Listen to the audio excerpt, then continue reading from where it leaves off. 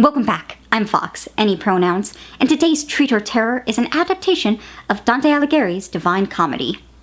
Or at least the Dante's Inferno part. You'll be shocked to know this movie reaches over an hour. And it feels like it. The Inferno shows us Dante's trek through the 9 circles of hell, guided by the poet Virgil, who protects him throughout. They watch condemned souls going into Charon's boat, watch sinners writhe pitifully on the ground, naked, meet up with some other old poets who take them to the park. Then they get past Judge Minos, he who judges souls. I gotta say, I love how he looks.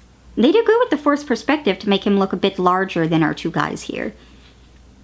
A title card tells us about carnal sinners, all of which are women, I just want to point out. I will say I do love this effect with the sinners floating in the sky like clouds. It's a striking image. Wish I were there. 2 lovers come down to talk with them. She is giving it her all, and the dude is just there. She tells the story of what brought them there, a rather sweet tale of lovers reading together, only to set the book aside for a moment of lovemaking.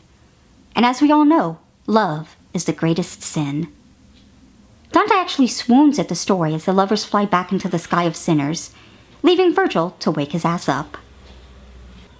They continue their travels, encountering the great and mighty Cerberus. By great and mighty, I mean, oh my god, baby, what did they do to you? I'm so sorry. They look like a fucked up alpaca. Next they reach Gluttony, where once again people writhe on the ground. It happens a lot in the 9 circles of hell. Under a torrent of rain.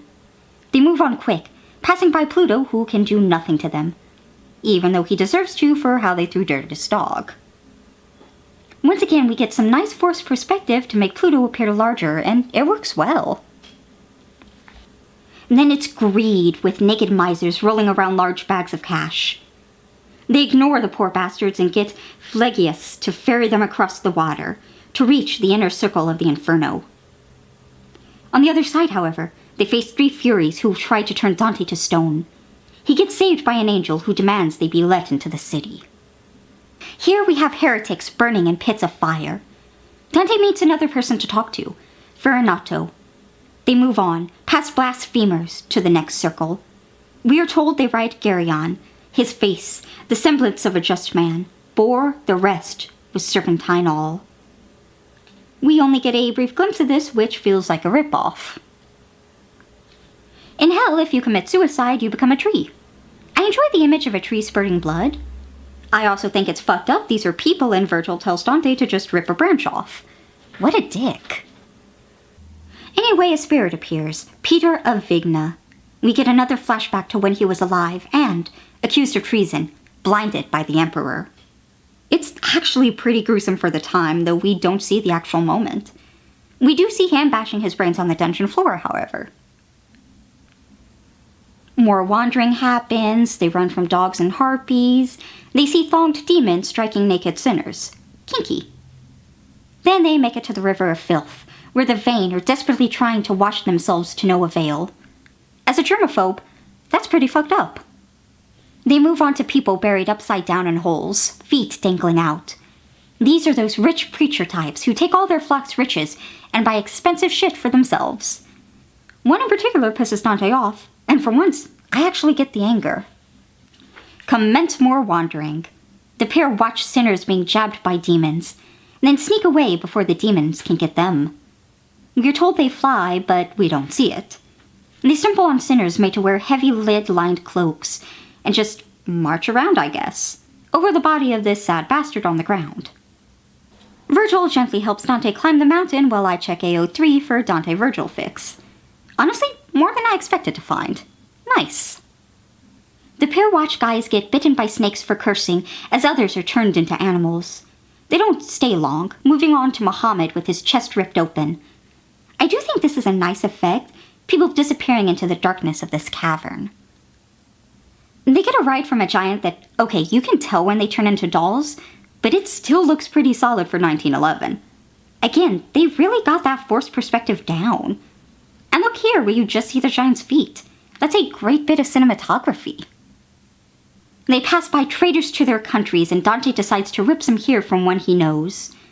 Then they find Count Ugolino, who is gnawing on a fucking skull like a heavy metal lead guitarist. He tells the story of how his whole family was starved, children and grandchildren, and he had to watch before succumbing to hunger himself. Honestly, he is being rewarded by gnawing on those bones. Good for him. Look at this guy just chomping away on human flesh. I love him. I'm pretty sure this is supposed to be Lucifer, who they climb on, reaching the way out. Of this area, anyway. And then we get this lovely silhouette as the pair walk out into the unknown, and the movie ends. This movie is very much just Dante constantly pausing to go, look at this fucked up shit. Only for Virgil to reply, yeah, shit's fucked. Keep moving. A road trip movie through hell. I won't say I loved this one. In fact, I'll go ahead and say it dragged. It was a spectacle without substance. I do enjoy the technical feats displayed here, but the story itself, the pacing, are just a little antiquated. Not enough showing, too much telling. And I get it, the medium was still pretty new and there were limitations.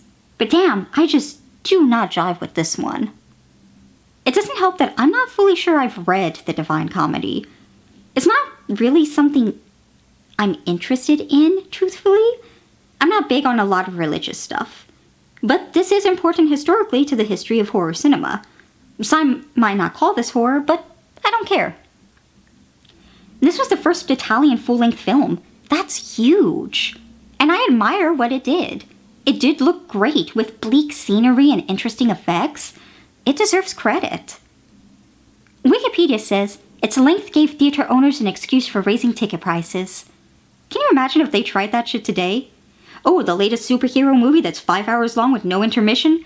$60, fuck you. In honor of the 100th anniversary of the film, the Italian Cultural Institute of Chicago and the Chicago International Film Festival actually worked together to show the film with a live musical score. Honestly, that's so amazing. I'd love to have attended just for the experience, and I wish people would do this with other older cinema. And that's about all I have for this one. Join me for another Treat or Terror tomorrow, where we look at another French production. Thanks for joining my lucid screaming.